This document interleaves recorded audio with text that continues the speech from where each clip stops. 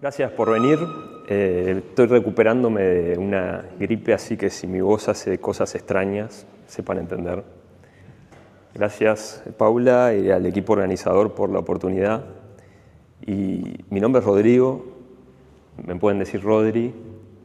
Desde hace 10 años entré a Wyborgs como Ruby Developer y con el tiempo fui transicionando a un rol más de liderazgo.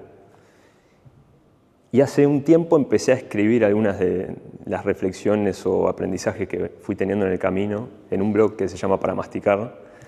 Por ahí, si están en el Slack de OU, habrán visto un tipo que los miércoles publica unos artículos a veces medio volados, que los llamo bocados. Bueno, ese soy yo.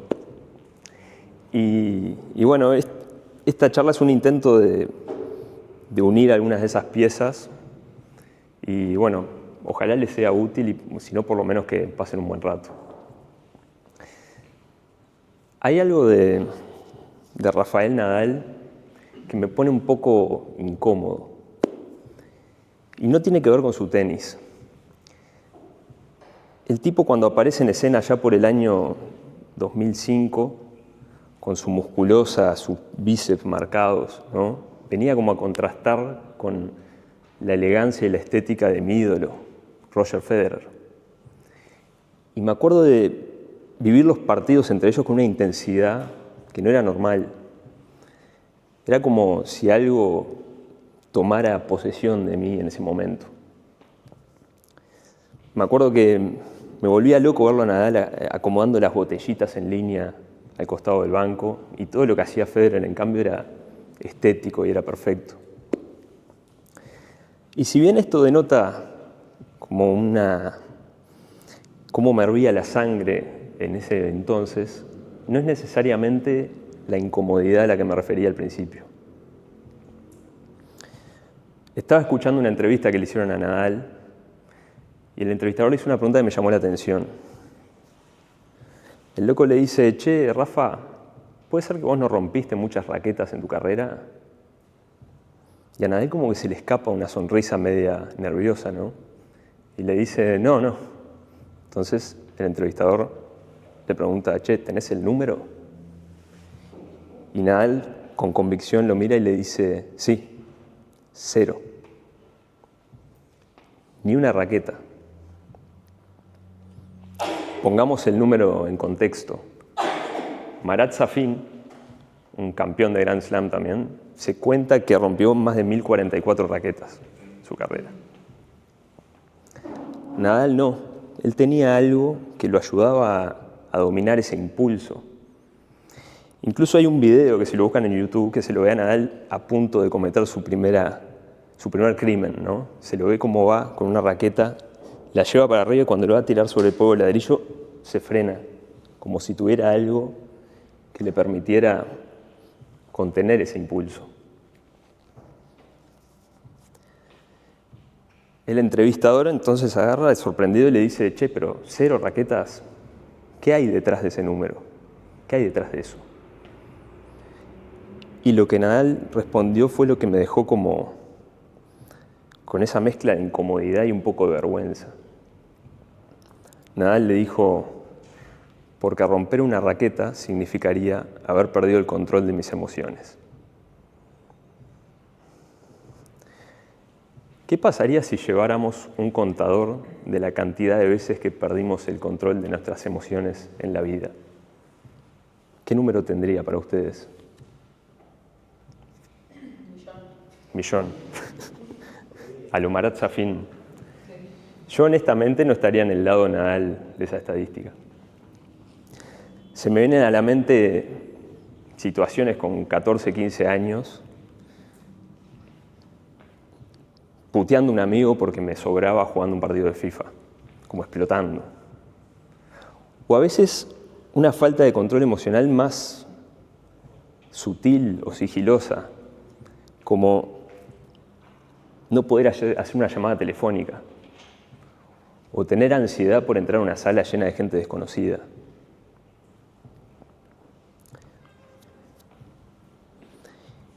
Y estas cosas, por ahí uno podría decir: pero son cosas de la edad, ¿no? 14, 15 años. Son ese tipo de situaciones que después con el tiempo uno va como puliendo, madurando.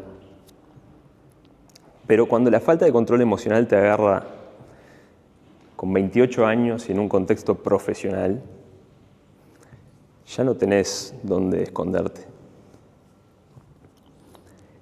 En el año 2018 estaba trabajando en un proyecto para un cliente que me hacía hervir la sangre. Yo estaba convencido de que el loco estaba en contra nuestra. Cada vez que leía sus mensajes en Slack, me acuerdo que, no sé si les pasa, es como que la comunicación escrita, uno la lee y en su mente le pone un tono de voz o un timbre.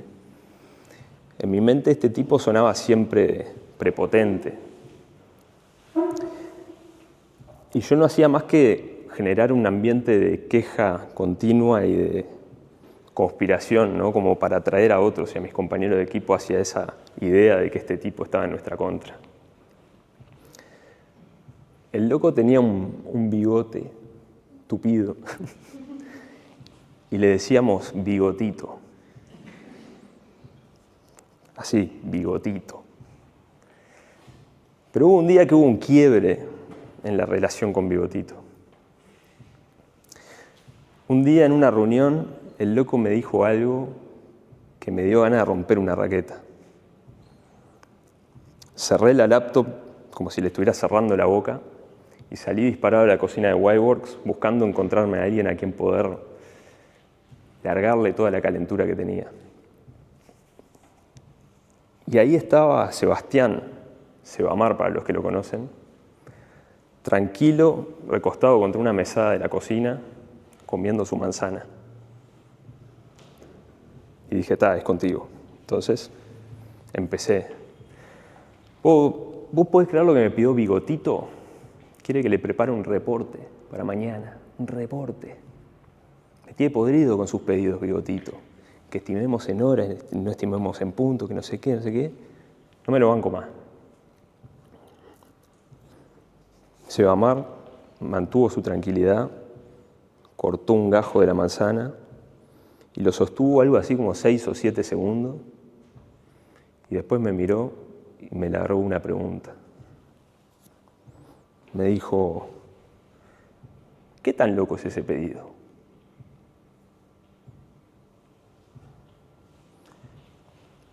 Algo en el silencio de la cocina, mezclado a lo que Sebamar significaba para mí y el contraste, ¿no?, entre su tranquilidad y mi nerviosismo, fue como que me hizo de repente ver las cosas desde una óptica que antes no la veía.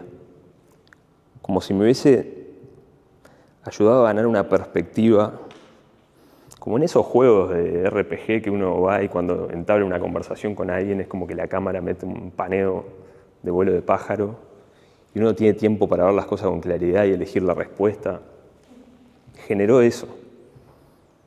Y de repente podía ver el efecto que estaba teniendo mi actitud, como un reporte, y es un reporte, pero estaba en un estado, un descontrol emocional que no podía ni ver eso.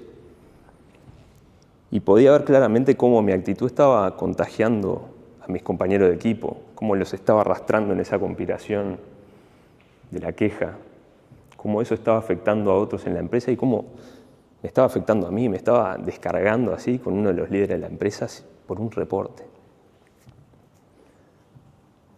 Así que ese día tomé una decisión.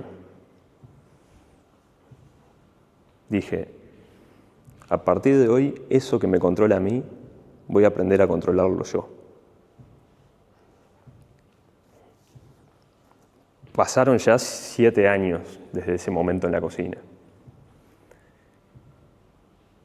Y fui encontrando estrategias y practicando cosas que me han ayudado a agarrarle un poco la mano a ese juego mental. Y cuando empecé a escribir mis bocados, hace ya 3 años, empecé poco a poco a descubrir un lenguaje con el cual transmitir esas ideas a otros. Y ese es el lenguaje que les vengo a traer hoy. Es el lenguaje de la bestia. Un día estaba tocando un tema en la guitarra, que es un tema que no es muy difícil de tocar, pero sí es difícil de mantener sin errores durante toda la canción. Un arpegio que se repite y se repite. Pero este día venía siendo distinto. Iba por la mitad del tema y nota por nota venía siendo una réplica exacta. Pero de repente empecé a oír una voz, como un murmullo. Me decía, che, venís bien, Rodri, no le erraste. Y poco a poco se fue volviendo como un poco más intenso, medio maligno. Che, vas a ver cómo le vas a errar, ¿eh? Guarda que le vas a errar ahora. Y le erré. Y reconocí esa voz, porque era la misma que se aparecía cuando estaba sacando en un partido de tenis y erraba el primer saque. Y me empezaba a decir, che, doble falta. Y salía la doble falta. Y después iba a sacar de nuevo y volvía, y volvía, y volvía. Es como si eso que susurra pudiera predecir el futuro, ¿no? Te dice cosas y después pasan. Y era la misma voz que me alimentaba esa conspiración con Bigotito, la que me hacía enfocarme solo en las cosas malas del proyecto o en los aspectos que me sacaban de ese tipo. Esa es la bestia. Es algo así como una personalidad oscura que llevamos dentro y que intenta convencernos de actuar en base a las emociones o a sus intereses, ¿no? Y la bestia he notado que tiene dos tipos de ataque, si se quiere. Uno es el más sigiloso, que es ese que uno, si no está atento, no se da cuenta, pero se encuentra envuelto en círculos de negatividad, que lo lleva a ver solo las cosas de una forma pesimista, ¿no? y a solo enfocarse en las cosas que le alimentan esa idea, ¿no? Y es como un círculo vicioso que gira hacia la oscuridad, si se quiere. Pero después, y más notoriamente, está el ataque explosivo, ¿no? El que está detrás del grito a tu amigo cuando te sobra por jugar al FIFA. El que te lleva como a saltar en el momento, a quejarte frente a un líder en tu empresa sin filtros. Y ese ataque explosivo es el mismo que está detrás de una rotura de raqueta. Por eso claramente Nadal descubrió algo. Nadal tenía el antídoto para controlar ese impulso. Así que, si yo aspiraba a controlar los míos, iba a tener que volverme un poco más parecido a lo que él verdaderamente era, un encantador de bestias.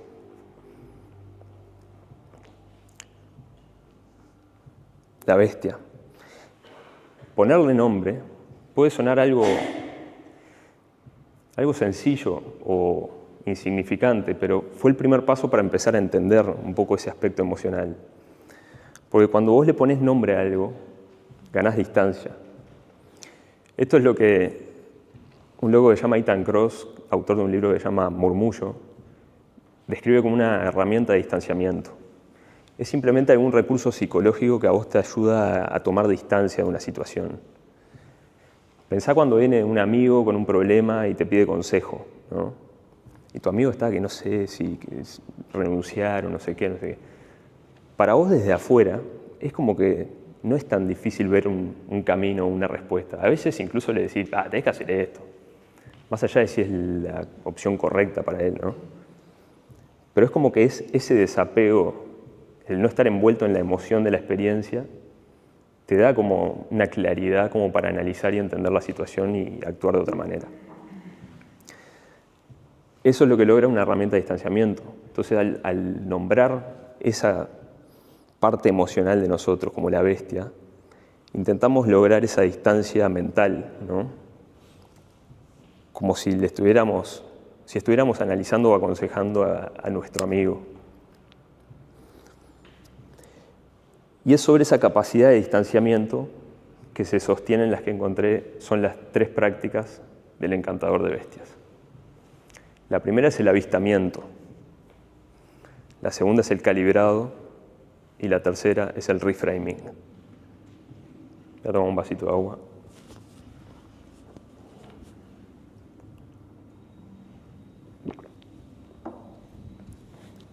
avistamiento, calibrado y reframing. Avistamiento. Estábamos ayudando a mi hija con un trabajo del colegio. Tenía que preparar una presentación sobre animales peligrosos. Y ella eligió el león. Entonces nos pusimos a buscar información sobre leones. Y llegué a un tipo en YouTube que se llama Kevin Richardson. ¿Alguien lo conoce? Al loco le dicen el encantador de leones. Claro, nos pusimos a ver los videos y me explotó el cerebro. El loco está con los leones como si estuviera con un grupo de amigos. Se les tira arriba, se revuelca con ellos, se filma vlogs hablando mientras los acaricia, les da de comer con la mano. Y claro, el loco estuvo años y años de su vida observando con atención a los leones, intentando entenderlos, ver cómo se comportan, qué los mueve, qué los altera. Y el avistamiento de bestias tiene que ver con eso, ser como un etólogo, ¿no? Estar observando a ese ser que llevamos dentro, con la idea de identificar patrones o entender qué lo altera, qué lo hace rugir. Y el avistamiento es lo que empecé a practicar con Bigotito. Entonces, cuando estaba en las reuniones o cuando algo me despertaba esas ganas de explotar, tomaba nota, ¿no? Con esa distancia que había ganado al nombrar a la bestia, empecé, bueno, ¿qué pasó acá? ¿Por qué me siento así? Como si uno sintiera que algo cambia producto de lo que escuchó o lo que leyó. Y eso me empezó a ayudar a entenderme un poco más, entender qué cosas me frustran, qué cosas me despiertan otro tipo de emociones. Y por ejemplo, una cosa que me di cuenta es que podía empezar a darme tiempo antes de actuar. Creo que Seneca que decía que el mejor remedio para la ira es esperar. Y eso empecé a hacer cuando Bigotito me escribía por Slack. Me decía, no le voy a responder ahora. Voy a esperar 20 minutos. Y me daba cuenta que a los 20 minutos la bestia se calmaba y yo podía responder más calmo, más tranquilo.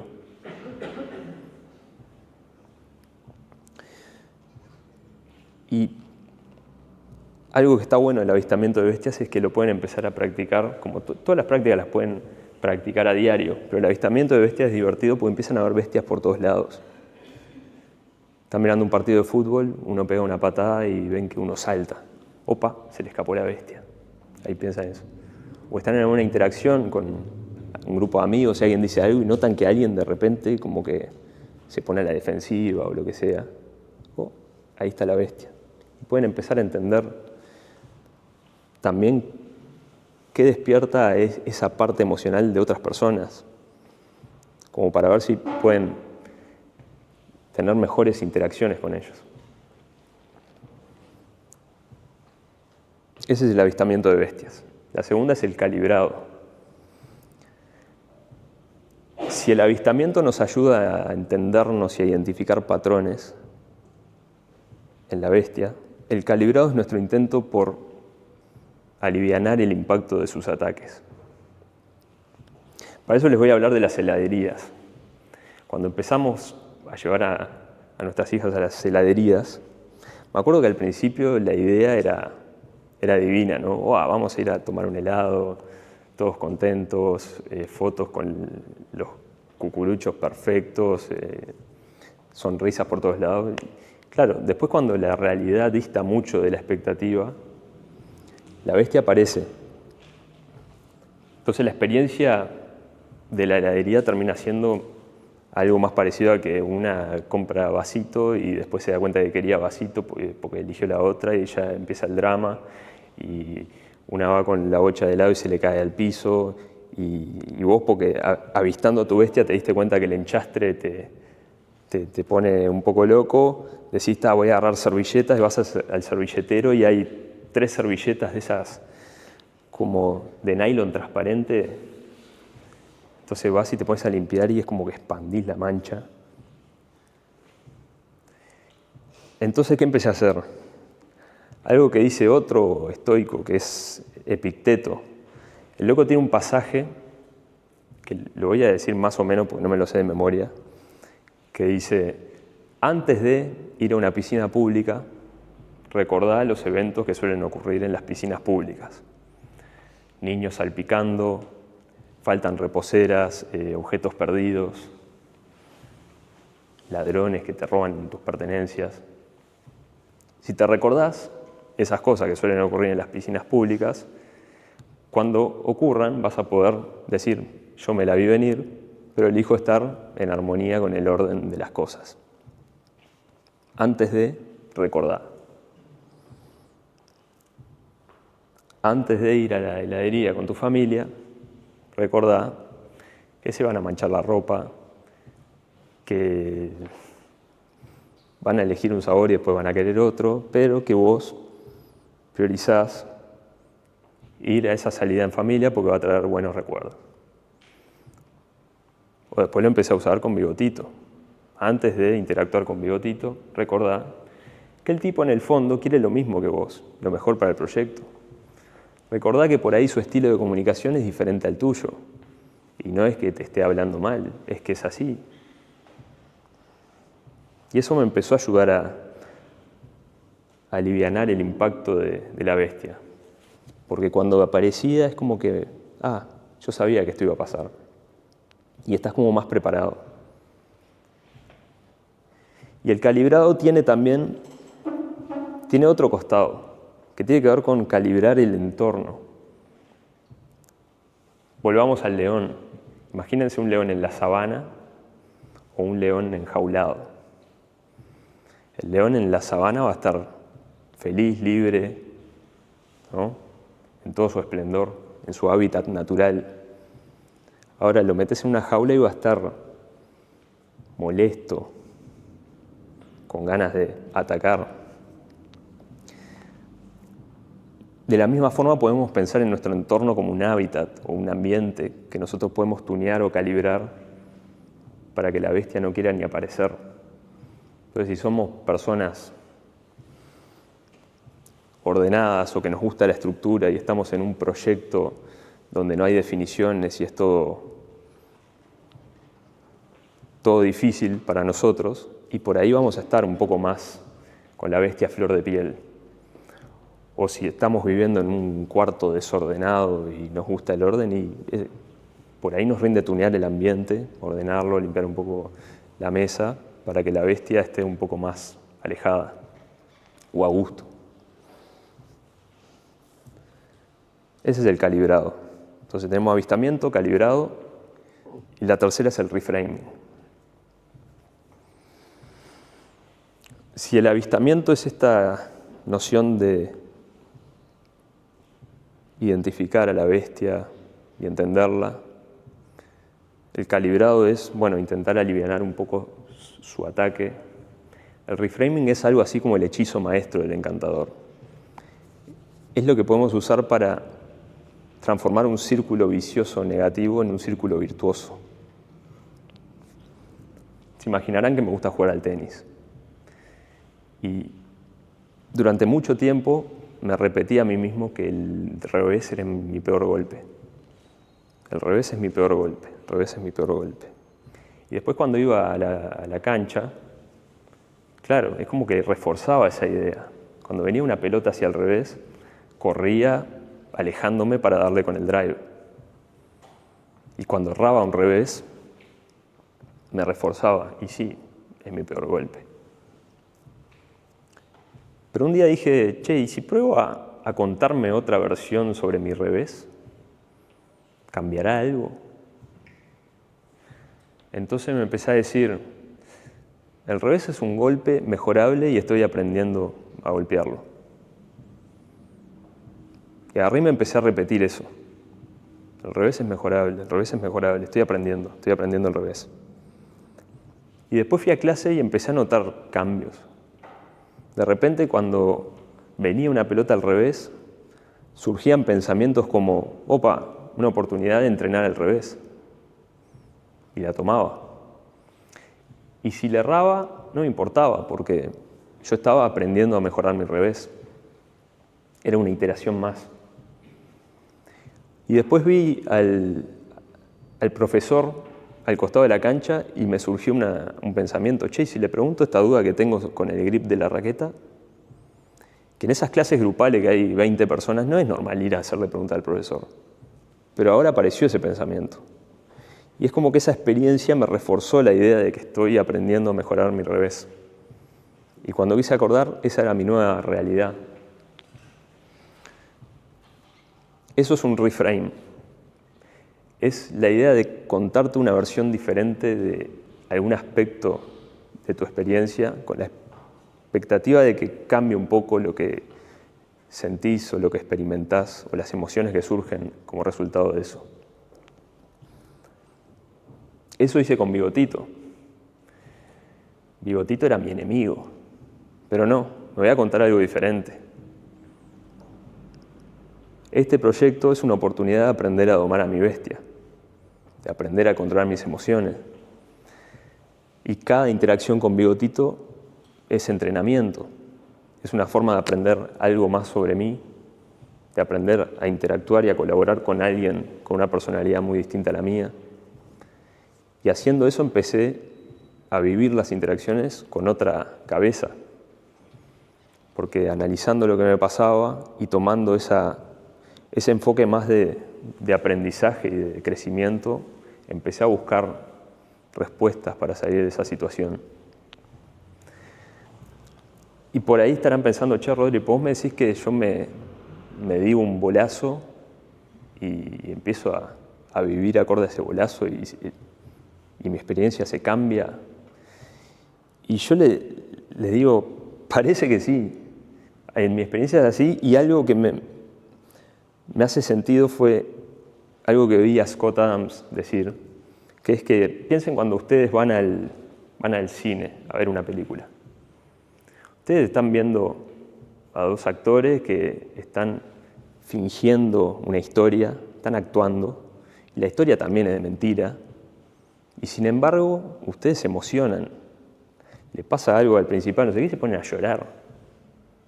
Y ustedes saben que es todo de mentira. Entonces es como si el cerebro no distinguiera tan bien lo real de lo ficticio.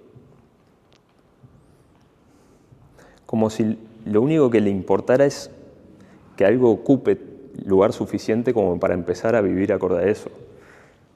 Otra, esta me pasa cada tanto. Te despertás y tenés un dolor.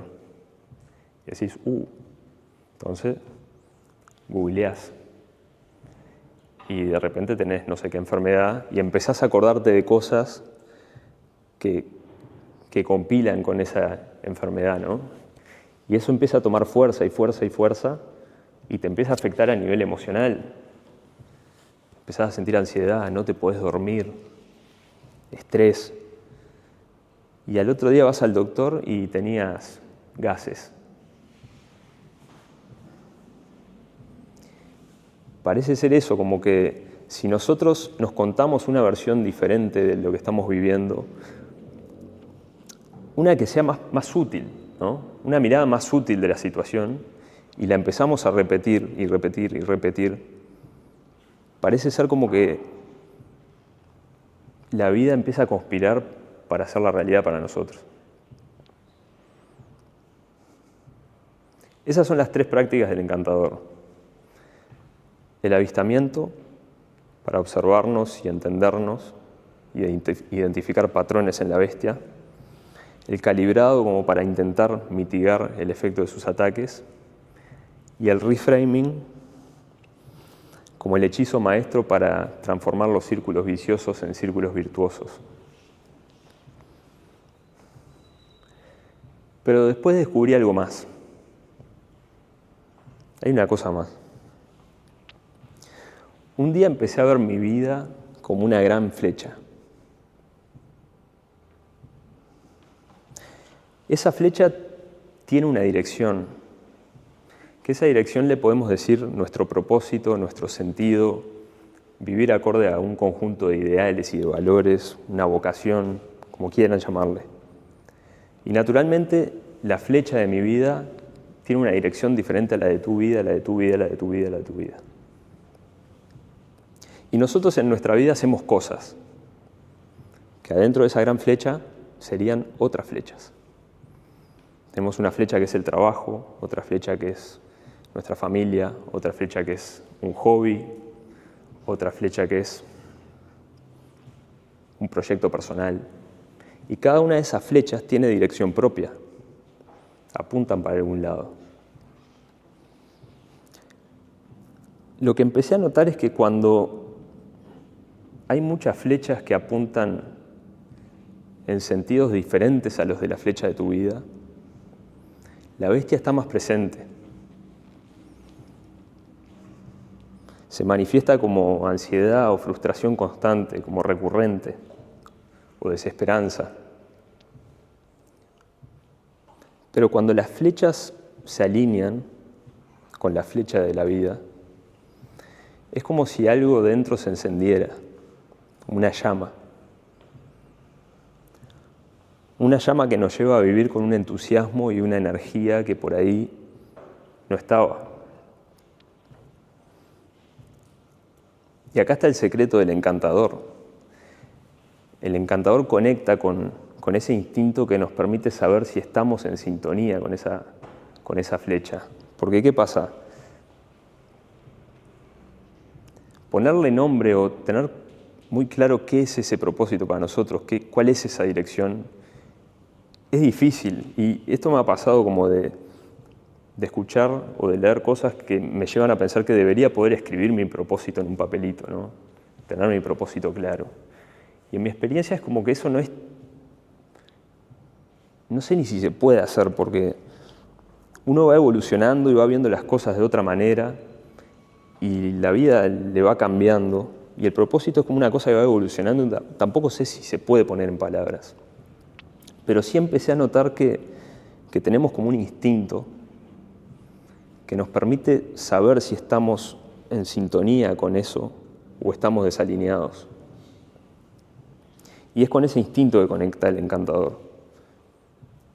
Y una vez que conecta con eso, y acá está lo interesante, es que el encantador no solo usa las 3 prácticas para entender a la bestia y para calibrarla, sino que usa las mismas 3 prácticas para entender a esa llama. Practica el avistamiento de llamas, ¿no? Esos momentos en los que algo te entusiasma o que un lenguaje de programación te hace brillar los ojos o que estás en una iniciativa que te llena de entusiasmo. Está atento a eso y calibra el entorno para que haya más de eso en su vida. Y por último usa el reframing, porque imaginen que si una flecha como la del trabajo, que tiene tanto peso, está apuntando para allá y la flecha de nuestra vida apunta para allá, como en ese momento la flecha de Bigotito apuntaba para allá, por ahí la respuesta rápida es, elimino la flecha, renuncio al trabajo. Pero el encantador lo que hace es intentar girar esa flecha con un reframe. Empieza a ver las cosas de otra manera para conectar con esa flecha. Y eso fue lo que me ayudó el reframe con Bigotito, que empecé a conectar esa experiencia con algo que era importante para mí, que era ser una influencia positiva en mi entorno, aprender a liderar. Y cuando vi esa conexión, la flecha giró y se alineó con la flecha de mi vida. Y eso es lo mismo que hacía Nadal, lo que caracterizaba su carrera. Un tipo que siempre vivió acorde a sus valores, a la honestidad, al esfuerzo, dejarlo todo en cada punto. Un tipo al que a los 6 años su tío Tony, entrenador, le dijo: romper una raqueta sería una falta de respeto a los millones de niños que no tienen con qué comprar una.